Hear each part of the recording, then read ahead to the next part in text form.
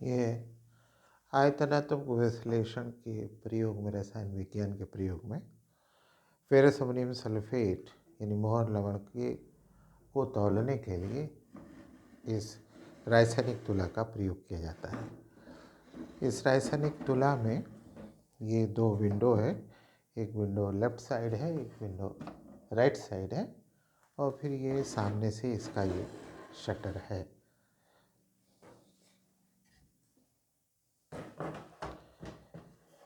अब इस शटर को हटाने के बाद आपको ये दो पलड़े दिखाई दे रहे हैं। ये पॉइंटर है, इस पॉइंटर पर यहाँ स्केल है, इस स्केल में बीच में 0 लगा हुआ है। ये एक बार पे पॉइंटर है, बार पॉइंटर।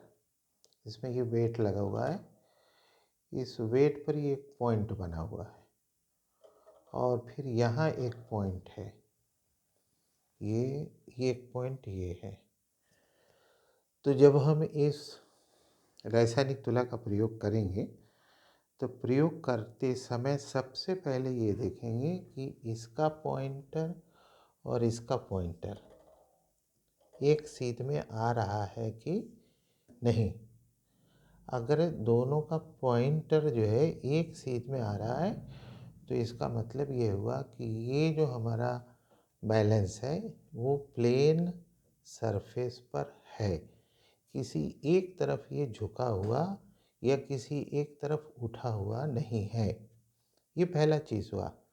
यानी फेरस अमोनियम साल्ट को, फेरस अमोनियम सल्फेट को तौलने से पहले हमको ये देखना पड़ेगा कि ये हमारा जो बैलेंस है वो प्लेन सरफेस पर है कि नहीं। अगर प्लेन सरफेस पर है तभी ये तौलने के लिए रासायनिक तुला तैयार मानी जाएगी। और उसका तरीका ये है कि इन दोनों का पॉइंटर जो है, एक पॉइंट ये है, एक पॉइंट ये, दोनों एक दूसरे के सीध में होना चाहिए। जैसे राजगीर जो है अपना साहुल गिराता है और वो साहुल इस पॉइंटर के सीधे सीध में होना चाहिए। फिर यहाँ एक नाप है, इस नाप को उठाया जाएगा। तो ये जो पॉइंटर है हमारा, ये दोनों तरफ वाइब्रेट करेगा। ये देखिए, ये वाइब्रेट करेगा। वाइब्रेट करते करते जब इसका पॉइंटर जो है इस स्केल पर 0 पर आकर रुक जाएगा तो हम ये मानेंगे कि हमारा ये बैलेंस जो है, रासायनिक तुला बैलेंस है। अब हम इसको तौल सकते हैं। ठीक है, ये दो पलड़े हैं। इसमें एक पलड़ा ये है, इस पलड़े पर देखिए पीछे लिखा हुआ है R, यानी ये राइट है, और ये पलड़ा जो है लेफ्ट है, इस पर L लिखा हुआ है। ठीक है, तो ये लेफ्ट हो गया और ये राइट हो गया। ठीक है, ये मेन चीज़ हो गई। अब इसमें जो है ये एक पैमाना है, यहाँ स्केल है, इस स्केल के ऊपर एक ये पॉइंटर है। आप ऊपर देखिए, इस पॉइंटर को हम ये पीछे खींचेंगे ऐसे, फिर इस पॉइंटर को आगे बढ़ा सकते हैं। इसमें हम जब तौलेंगे तो राइडर यहाँ फंसाएंगे और राइडर फंसा करके इसको जहाँ रखना होगा जिससे कि संतुलन में आ जाए, उसका प्रयोग करेंगे। तो जब भी हम केमिकल बैलेंस का प्रयोग करने जाएंगे तो सबसे पहले हम ये देखेंगे कि ये जो दोनों पॉइंटर हैं वो एक दूसरे के सीध में है कि नहीं। जब सीध में है तो ये फर्स्ट पॉइंट हुआ कि अब ये बैलेंस जो है हमारा तौलने के लिए तैयार है।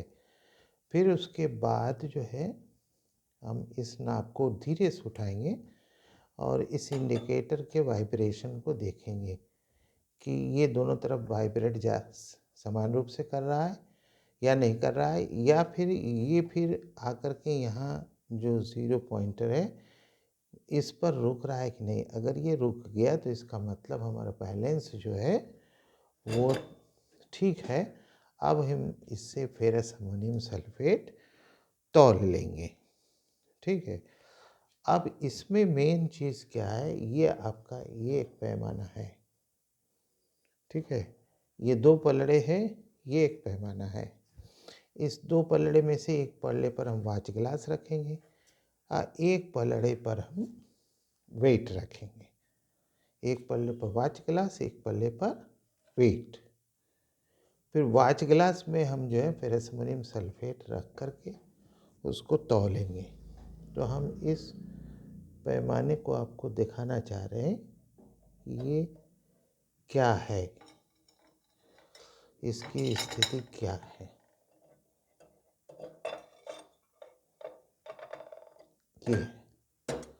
ये वो आप ये देखिए, इस पर 1 से लेकर के 10 तक निशान है और यहाँ 1 से लेकर के 10 तक निशान है, यानी बीच में 0 है। तो 0 से लेकर इधर 10 और 0 से लेकर इधर 10, ये 10 मिलीग्राम के वेट को प्रदर्शित कर रहा है, करेगा। 0 से 10, 10 खाना ये, 0 से 10, 10 खाना ये जो है 10 मिलीग्राम के वेट को प्रदर्शित करेगा। अब कैसे करेगा उसको समझिए। जो 10 खाना है वो 10 मिलीग्राम का हुआ, फिर एक खाना जो है हमारा 1 मिलीग्राम का हो गया। तो 0 से 1, 1 मिलीग्राम हुआ, 1 से 2, फिर 1 मिलीग्राम हुआ, 2 से 3, फिर 1 मिलीग्राम हुआ, 3 से 4, 1 मिलीग्राम हुआ, 4 से 5, 1 मिलीग्राम हुआ, 5 से 6, 1 मिलीग्राम हुआ, 6 से 7, 7 से 8, 8 से 9, 9 से 10, 1 मिलीग्राम हुआ। फिर ये जो बड़ा खाना है 10 बड़े खाने, वो 10 मिलीग्राम टोटल के बराबर हो गए। तो एक बड़ा खाना 1 मिलीग्राम का हुआ। अब इस 1 मिलीग्राम को हम ग्राम में कन्वर्ट करेंगे। इस 1 मिलीग्राम को हम ग्राम में कन्वर्ट करेंगे। तो ग्राम में कन्वर्ट करने का मतलब ये हो गया कि 1 मिलीग्राम को ग्राम में ले जाइए। तो 1000 से हम भाग देंगे, तो जब 1000 से भाग देंगे तो ये आएगा 0.001। तो एक बड़ा खाना 1 मिलीग्राम के बराबर है, यानी 0.001 ग्राम के बराबर हो गया। अब इस एक बड़े खाने में 5 छोटे खाने आ रहे हैं। एक बड़े खाने में 5 छोटे खाना, यानी एक बड़ा खाना बराबर 5 छोटा खाना, यानी 5 छोटा खाना बराबर एक बड़ा खाना। तो एक छोटा खाना बराबर 1/5, 10/2 हो गया। यानी एक बड़े खाने में 5 छोटे खाने, इसका मतलब 5 छोटा खाना बराबर एक बड़ा खाना।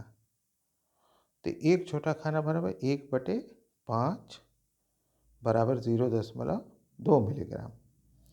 तो 0.2 मिलीग्राम का मतलब हो गया कि 0.0002, 0.0002, ये पूरा हो जाएगा आपका एक छोटे खाने का वेट हो जाएगा। एक बड़ा खाना का भार हो जाएगा 0.001 ग्राम और एक छोटे खाने का भार हो जाएगा 0.0002, 0.0002 ग्राम का हो गया। तो अब इस पर हम राइडर रखेंगे। ये खाँचदार है, इस पर राइडर रखेंगे। राइडर सपोज कीजिए 3 बड़े खाने के बाद 2 छोटे खाने पर रखा गया। 3 बड़े खाने के बाद 2 छोटे खाने, तो 3 बड़ा खाना हो गया 0.003 ग्राम और 2 छोटा खाना हो गया 0.0004। तो इस तरह से 3.2 मिलीग्राम जो हो गया वो 0.0034 ग्राम, 0.0034 ग्राम। ये तरीका है। यहाँ हमको राइडर रख करके उस राइडर को हम ग्राम में कन्वर्ट करेंगे। तो ये तरीका हुआ जिससे कि हम यहाँ वेट निकालेंगे, ठीक है।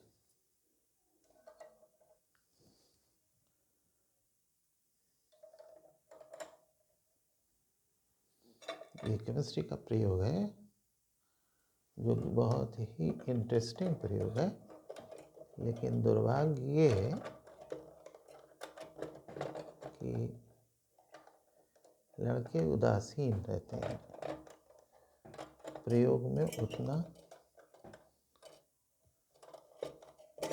इंटरेस्ट नहीं लेते, और इंटरेस्ट न लेने की वजह से जो है वो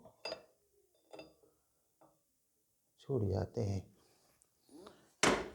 ये ऑल अबाउट हुआ आपके केमिकल बैलेंस का। ये पूरा हो गया केमिकल बैलेंस का।